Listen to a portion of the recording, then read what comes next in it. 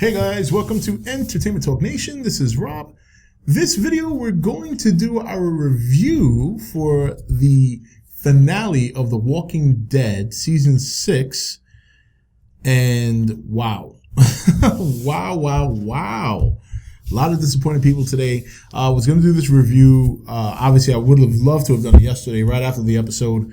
But for those of you who are familiar with what I do and some of the things I talk about, like on The Nation, recently I've had a change in my job, a very good change. So I don't have Mondays off anymore to do any recording throughout the day. So I have to wait, get in bed early, and get ready for work the next day.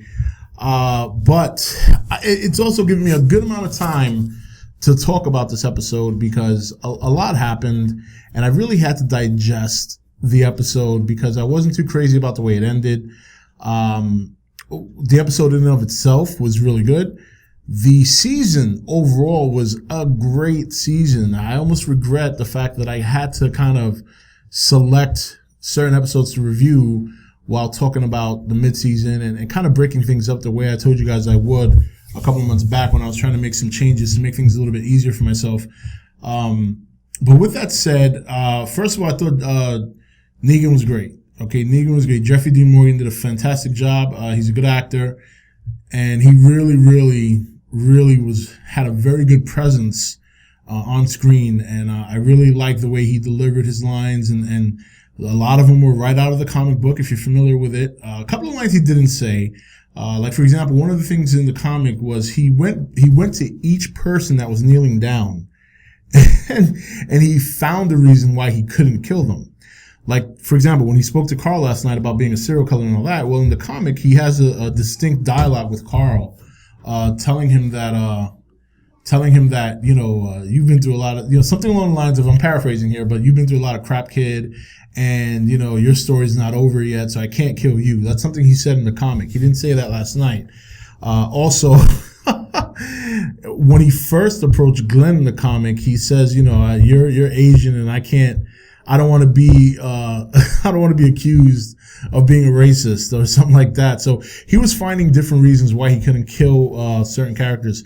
Now, obviously, due to time constraints and it's TV, so they're obviously going to change things up. So he didn't get to do that. And of course, the cursing wasn't there. So the cursing makes him very comedic. And it was funny because while I knew that it was a dreadful moment in the show, I couldn't help but find pleasure and I couldn't help but smile during his moment on the show. So that's a testament to just how impactful this villain is.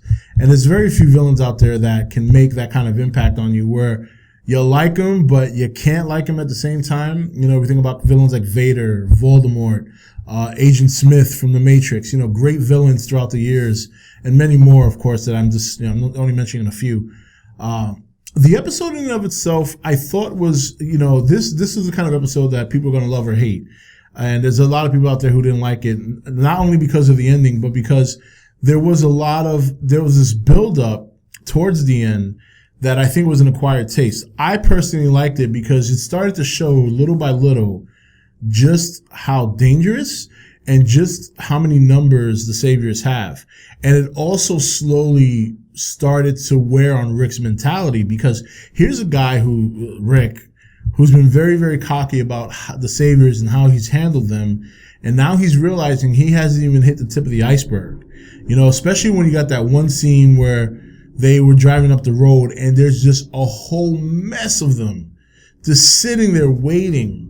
And there's something built behind them and whatever. I'm talking about like the second to last one before they decided to leave the RV. There was just so many of them. And they cut them off at so many. It's like every time they got stopped, the group got bigger and bigger that they came across. And I thought the walkers being chained up was a very, very good, very, very unique scene. Something we haven't quite seen yet. And, it's funny. And one thing I mentioned on The Nation while I was watching it was, the Saviors were on point. They had the high ground and they had the head games, right there. They were playing head games. You saw the Michonne's dread on the zombie. You saw Daryl's clothes and stuff. And then they were hiding in the top hills, in the bushes, and they were firing upon them, trying to flush them out or scare them. They weren't actually trying to hit them. And, so I thought that build up to Negan was great. It's the payoff that we didn't get, and I think that's where they made a mistake. I know that Scott Gimple was trying to defend this, and that's the end of one story and the beginning of it. You could say all that. Let's just call it what it is. It was a mistake. You don't build up that much tension and then leave everybody with blue balls till season 7. It's just not right. If you're gonna have an ending like that, then you shouldn't have a build up like it either. You shouldn't have a 90-minute. You shouldn't have a 90-minute a show. You shouldn't have a build up leading up to an ending that's very suspenseful, very scary, only not to give the viewers a conclusion that they've really been waiting for since the second half began. I mean, people have literally been waiting for this moment, and I kind of feel like they stripped that moment away. Now, to be fair, he did acknowledge that it was going to be a challenge for them to try and justify the first episode and who they chose to kill next year. But they're going to have to hit a home run in that first episode. And I think when push comes to shove, once they re-show that scene, because the person who's dead, it's not a question anymore. They already know who they picked. So that's not, I mean, there's something on the Talking Dead where I think it was Scott or Robert Kirkman or somebody said that they still don't know who's going to bite the dust. And that's a bunch of crap. They know who's going to bite the dust. They know who's going to bite the dust. The important thing is that they have to deliver it now in such a way that you forget about the cliffhanger. Me personally, I think I would have been okay with this kind of cliffhanger for any other death. But when you consider what this moment means to the comic and what it means to fans, I really think they made a bad choice. I really do think they made a bad choice. It did take a lot out of the episode. It kind of made me feel like the Batman vs. Superman movie. The only difference is, unlike, Batman vs. Superman, I mean, I liked this episode overall. Batman vs. Superman, while I enjoyed some of it, outside of the ending, which if you saw my review, I mentioned what I hated the most, there were other elements about the show that were just bad. The movie. So if this one gave me that very same feeling, here's an iconic moment in a comic and you rip it apart. You don't deliver it like it should be delivered. And I think you still would have had a cliffhanger effect by just ending the show with a dead, crushed head. You know what I mean? Because then people would be like, well, what's happening next?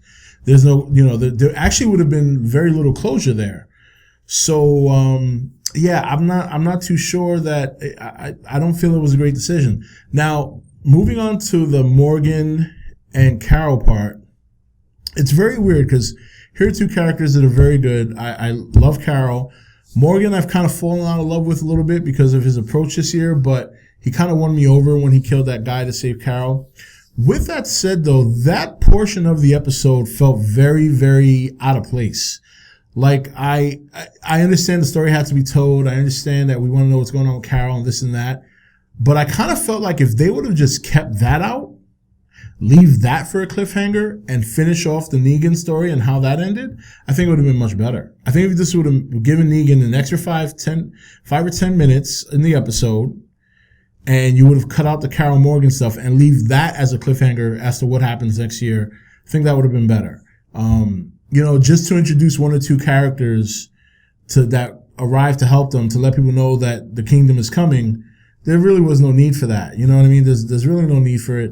Most viewers that are general viewers that don't know anything about the lore are going to think they're from the hilltop, and most fans already figured out they're from the kingdom already. So you don't win or lose anything by showing that. I think if they would have left that out, let that be the cliffhanger, I think people would have accepted that more if it meant them seeing Negan finish doing what he's supposed to do, like in the comic. I think that would have been a better approach. Overall, though, I gotta say, this was the best season of Walking Dead in a very long time.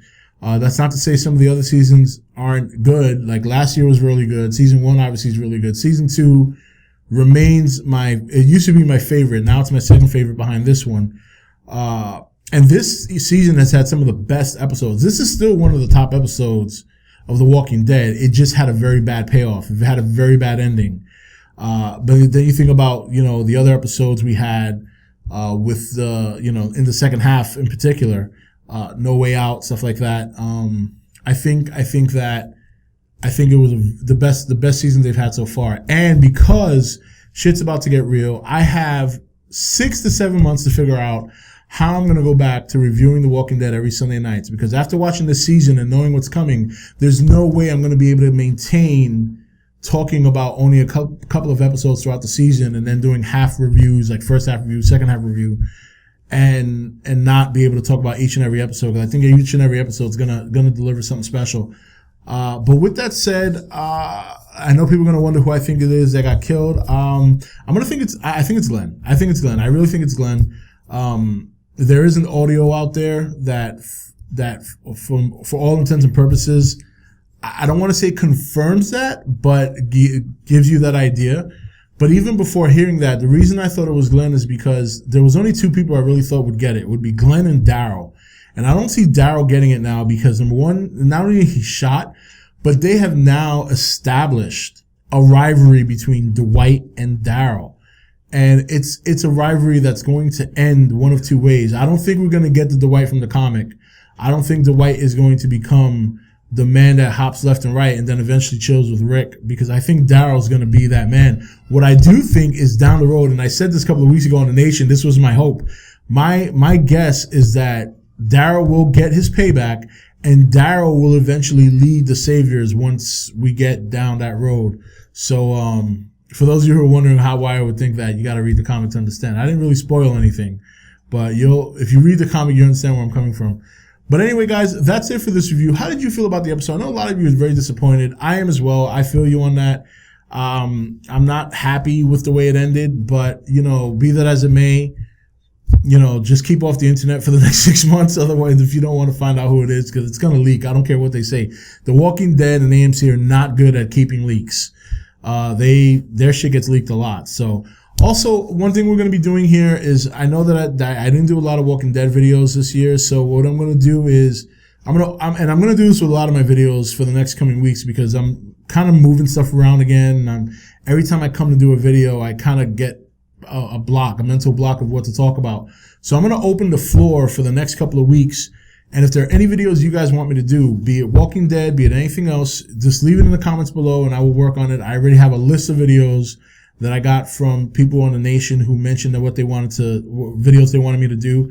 And if you're a Walking Dead fan, and I know a lot of you guys are here, a good portion of my subscribers are Walking Dead fans if they're still around.